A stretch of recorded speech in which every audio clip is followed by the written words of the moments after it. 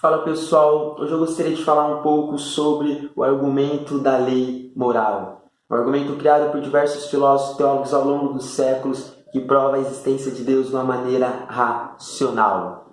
O argumento da lei moral, conforme os teóricos eles vão listar e relatar sobre eles, ele é embasado em três premissas. A primeira premissa diz assim que para toda lei tem que existir um criador da lei.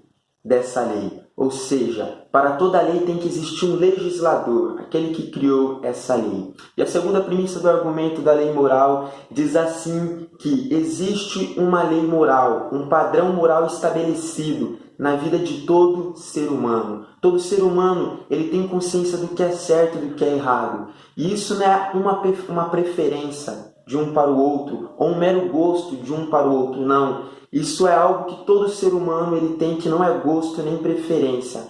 É algo que foi plantado ali no coração dele, que todo ser humano ele tem a consciência daquilo que é certo e do que é errado. Ele tem a consciência que ele deve fazer o bem e não o mal, e até mesmo ajudar as pessoas. Então, se existe um padrão e uma lei moral estabelecida em todo ser humano, isso é um forte indicativo da terceira premissa. Ele leva a terceira premissa, que diz assim que existe um legislador da lei moral, e esse legislador é Deus. Porque como a primeira premissa diz que para toda lei existe um legislador, e como existe essa lei moral implantada em todo ser humano, que todo ser humano tem essa lei moral, é porque existe um legislador, implantado, aquele que colocou e escreveu essa lei moral no coração dos homens, que é um ser superior, que é Deus. Para nós entendermos um pouco mais a respeito disso, da lei moral, Frank Turek, que é um grande teólogo americano, no seu livro Não Tem um Fé Suficiente para Ser Ateu, que ele escreveu junto com Norman Geisler, Frank Turek ele vai dizer que certa vez ele foi jantar com um amigo seu, e esse seu amigo não acreditava em Deus. E então, Frank Turek, que acredita em Deus, ele perguntou para esse seu amigo que não acredita em Deus, e ele perguntou da seguinte forma: o porquê, qual é o propósito da vida para você? Esse seu amigo que não é ateu respondeu ele dizendo assim: o propósito de vida para mim é possuir riquezas e ajudar pessoas. Esse é meu propósito de vida, esse é meu objetivo.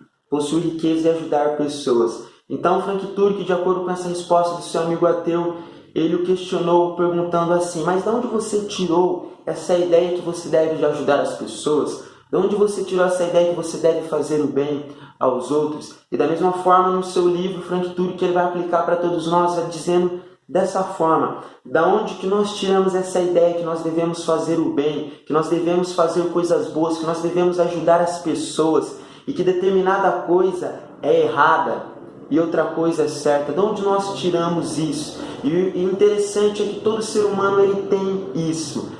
Ele tem essa ideia que ele deve fazer o bem e não o mal, que ele deve ajudar as pessoas. E o mais relevante de tudo isso é que não é algo pessoal, onde um pensa de determinada forma que deve fazer isso. Não é algo, por exemplo, que nós podemos dizer que é gosto, que é preferência pessoal. Não.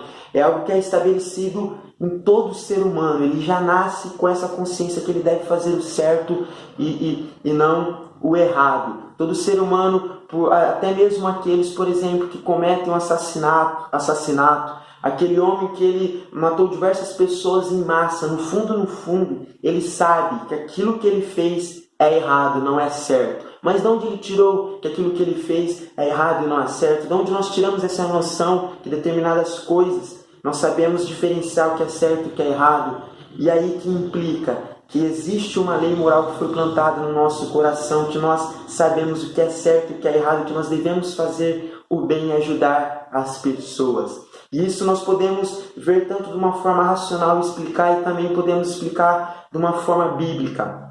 Explicar isso biblicamente, que é conforme vai dizer em Romanos capítulo 2, onde o apóstolo Paulo ele diz assim, que foi escrita uma lei no nosso coração, uma lei cravada, escrita no nosso coração, para que os homens venham ter consciência e pensamentos que venham ou os acusar ou os defender, ou seja, venham saber diferenciar o que é certo do que é errado. Então, logo como todos nós seres humanos temos essa lei moral, que nós temos essa consciência que devemos fazer o certo, que devemos ajudar as pessoas, e existe essa lei moral, um padrão moral objetivo, é porque existe um legislador que criou essa lei moral, que plantou essa lei moral em cada um de nós. E esse legislador ele se encaixa perfeitamente com o Deus bíblico, porque o Deus bíblico é um Deus moral. E conforme vai dizer em Romanos capítulo 2, ele plantou, ele escreveu e cravou essa lei moral em nosso coração. Então esse argumento moral é defendido por muitos teólogos e filósofos, que é um argumento que vai provar racionalmente a existência de Deus.